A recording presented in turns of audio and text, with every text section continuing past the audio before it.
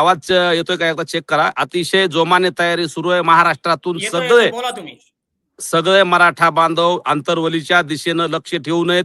29 तारखेला तर बांधव येणारच आहेत, परंतु त्याच्याही अगोदर 28 तारखेला सुद्धा येणार आहेत. कालपासूनच लोक यायला सुरुवात झालेली आहे.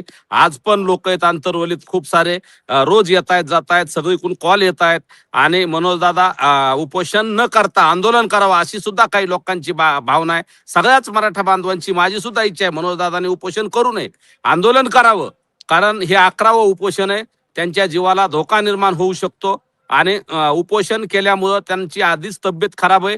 तुम्ही बघत असताना दौरे असतील किंवा बाकीचे सगळ्या धावपळ येतात, रोजचे भेटीगाठी असतील, जागरण, या सगळ्यामुळे मनोजदादाची तब्येत वारंवार खराब होते.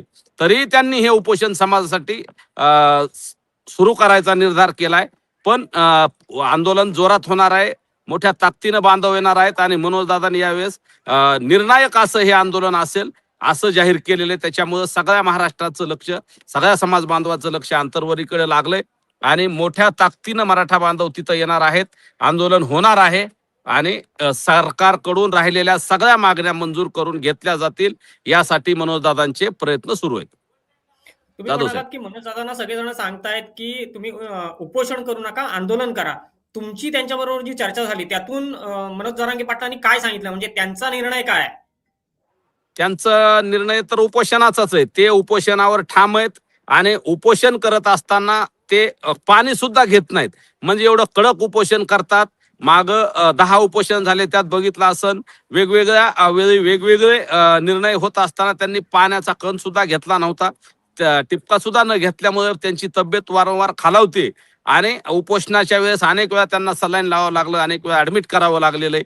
अशी एकदम BP 50च्या खाली गेला होता, शुगर लेवल अत्यंत कमी झाली होती. हे सगळे शरीराचे त्यांच्या इंटरनल ऑर्गन्स जे आहेत त्याच्यावर खूप मोठा इफेक्ट झालेला आहे.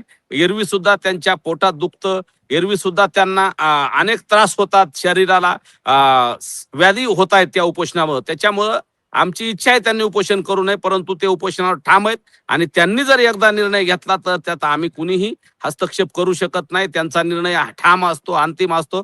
त्यामुळे आम्ही जरी म्हणलो तरी दादा आंदोलनाला बसणार आहेत, उपोषणाला बसणार आहेत, हे त्यांनी ठरवलेलं आहे. त्याच्यामुळे आम्ही त्यांच्या सोबत आहोत आणि त्यांनी जे जे आदेश देतील किंवा ज्या पद्धतीने सरकारकडून मागण्या मंजूर करून घ्यायच्या त्या दृष्टीने आम्ही सगळे त्यांच्या सोबत ताकदीनं तिथं आहोत. अच्छा, एकीकडे मराठा आरक्षणासाठी अंतरवली सराटीमध्ये जय्यत तयारी सुरू आहे, आंदोलन होणार आहे, उपोषण होणार आहे. पण दुसरीकडे राज्यातलं वातावरण कुठेतरी गडूळ होतंय, खराब केलं जातंय आणि जर तसं होत असेल तर त्याच्या पाठीमागे कोण आहे? हा, नक्की खरं आहे. राज्यातलं वातावरण जाणून बुजून खराब करण्याचा काही लोकांचा प्रयत्न आहे. ज्यांना ओबीसीचं